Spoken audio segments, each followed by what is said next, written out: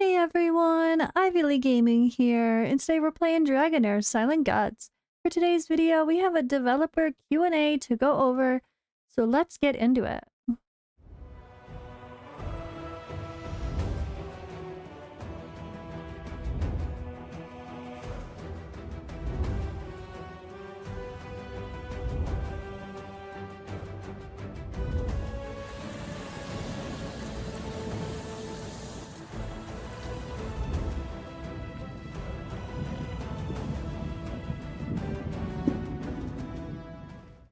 Alright, so I'm posting this video same day as this was posted on May 17th. I haven't looked at anything at all yet, so it will all be a surprise to me. And I do want to mention, guys, that I will be going live on YouTube for Otherworld Exploration Season 1. I'm going to play through the whole story, and I'm not going to skip the story. We're going to actually go through the dialogue. I will even read through it as much as I can myself as needed.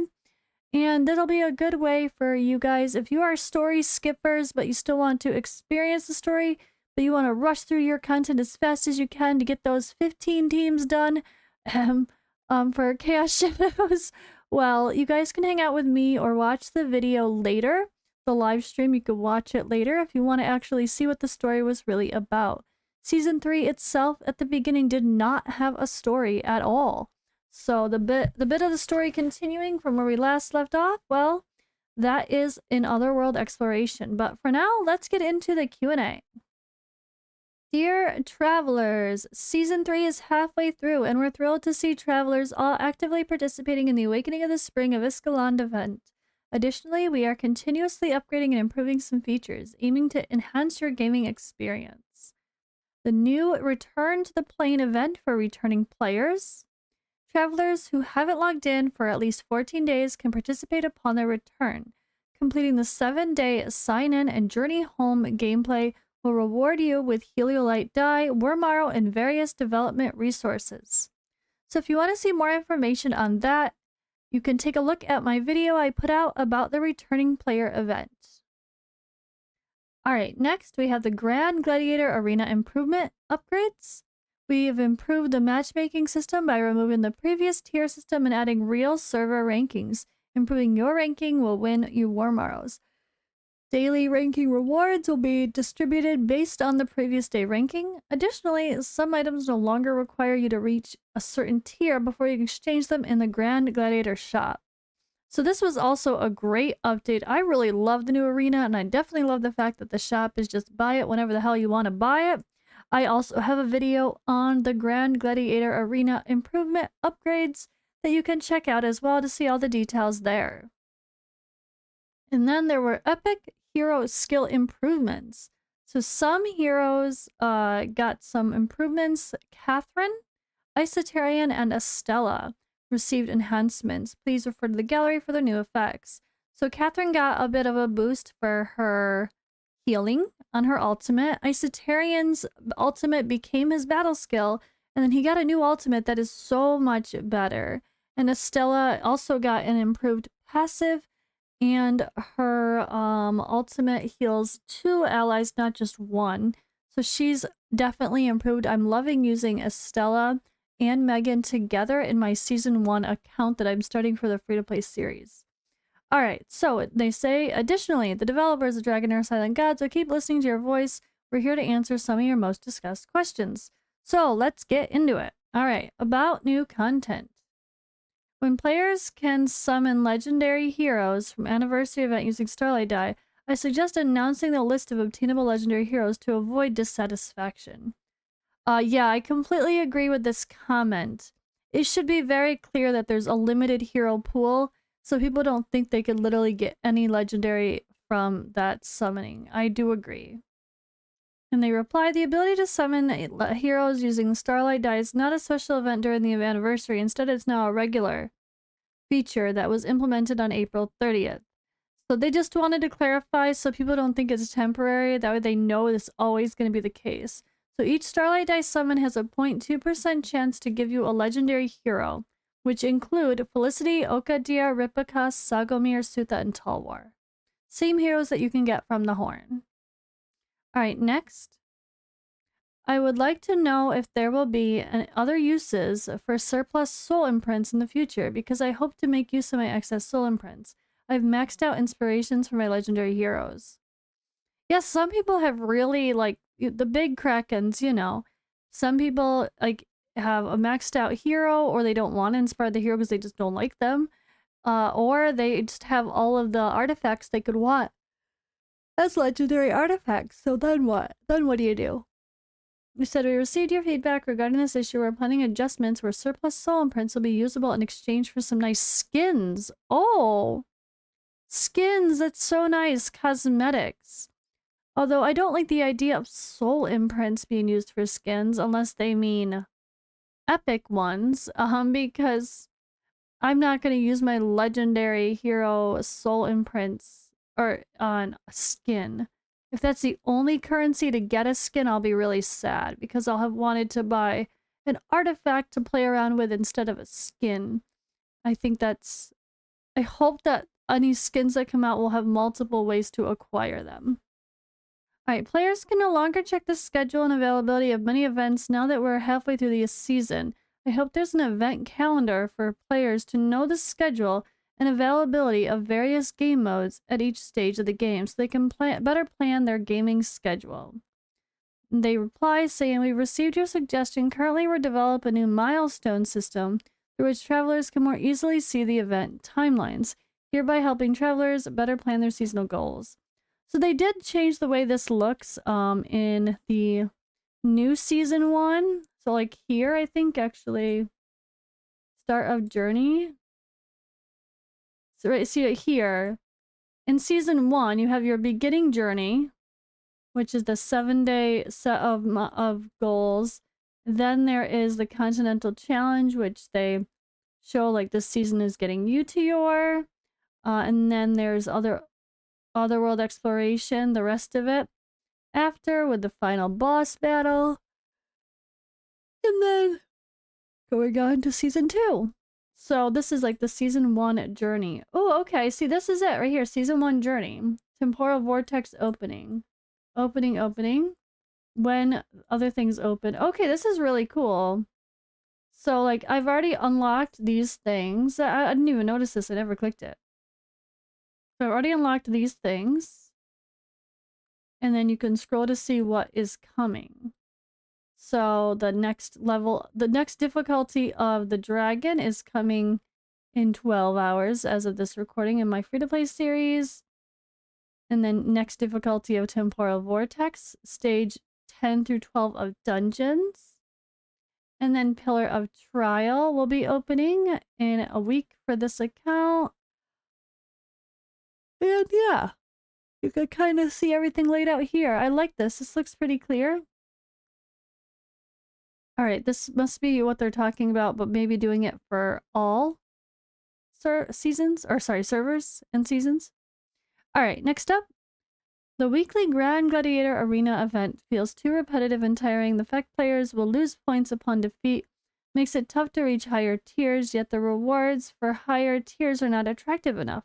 I hope the arena tier rewards can include some items associated with seasonal points, such as Echoes of Closetera. Oh, interesting. See, I don't like that idea at all. I disagree completely. I do not want seasonal rewards to be tied in with arena. Absolutely not. I definitely disagree. I feel like arena PvP modes should typically be optional. They shouldn't never force players to do PvP because it's just not for most people. And I really don't like the idea about that being part of the seasonal rankings, so I really hope they don't listen. Alright, say, please wait a little longer. The upgraded Grand Gladiator Arena will meet you soon in the upcoming version.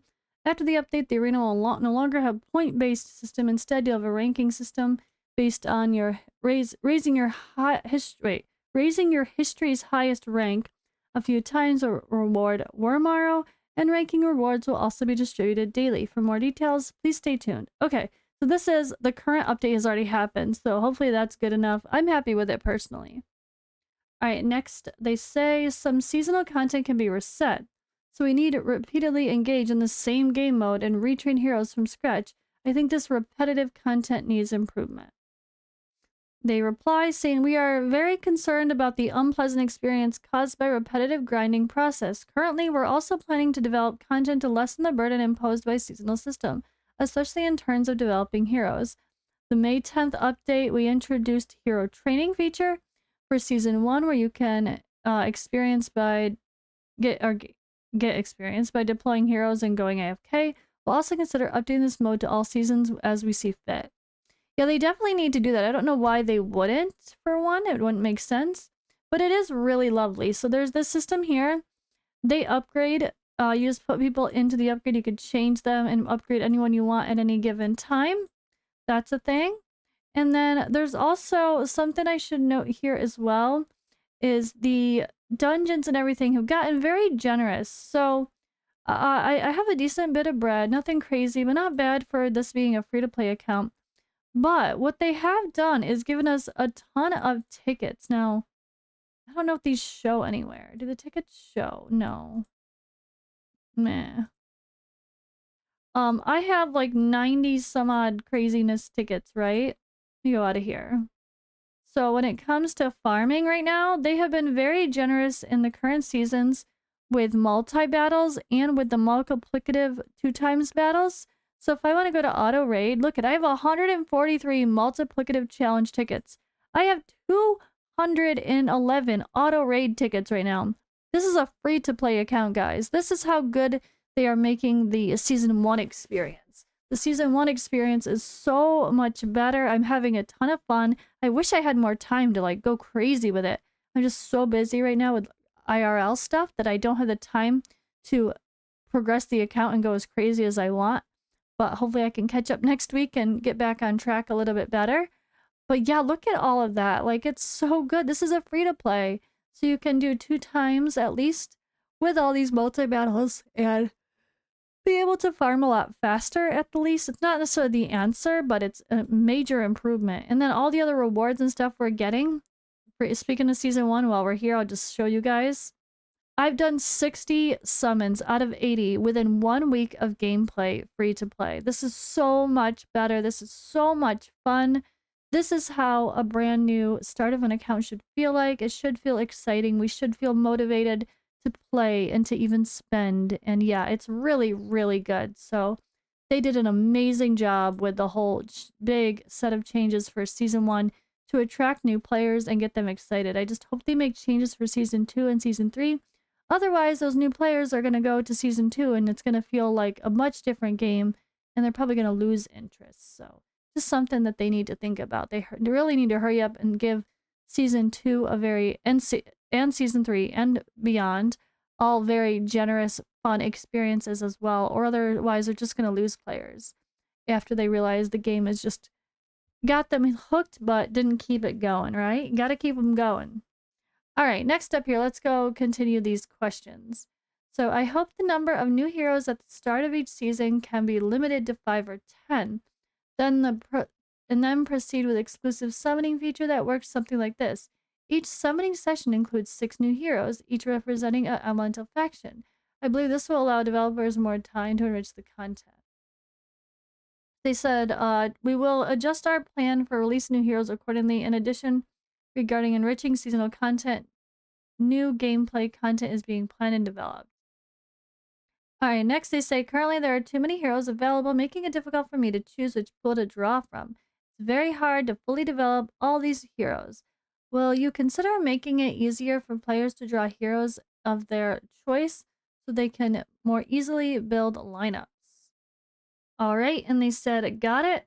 To make it more convenient for travelers to summon their desired legendaries, will adjust and improve the hero pools. I definitely would not say there's too many heroes, for one. There's definitely not. This game has done a decent job of adding heroes, but there's not too many by any means. I mean, look at other games that have been out for a while. They have like 800 heroes. So I don't think it's too bad at all. This is a little bit of a weird one, but yeah, let's move on. All right, and that's, I guess, where we left off. That's it. So just if you guys have comments and concerns and you want to properly give your honest feedback and suggestions or report bugs, there's a customer service section here in the game that you can directly go to and report to. So If you have stuff that you feel strongly about, be sure to give your feedback as well to help improve the game. And I just want to make a note that as far as the half-year anniversary and the D&D collab, they have been postponed, like we kind of have figured out, because of some of the other stuff going on. There are some company merger stuff that's still got to happen. I think that just delayed some of the progress of their content and events. And we should know soon about the D&D collab. They did say the end of May. Should at least give the hype and a little bit of information about the next D&D collab. So I believe it's going to be June for the D&D collab and the half-year anniversary event, which is much more than a half year at that point. So maybe they'll just call it the summer, whatever. But yeah, anyway, that's all for this video, guys. Thank you for watching. Again, if you want to experience the Season 3 storyline, which there wasn't much of, but there is for the Otherworld exploration, be sure to go check out my YouTube live stream under the live stream section, and you can, or on my Dragonheir playlist, and you'll be able to watch the whole playthrough. So I think it's a fun way to allow players to story skip, but then you know I've got you. I will show you guys all the stories so you can experience it properly later. But alright, that's all for now. Thank you guys for watching. I will see you in the next video.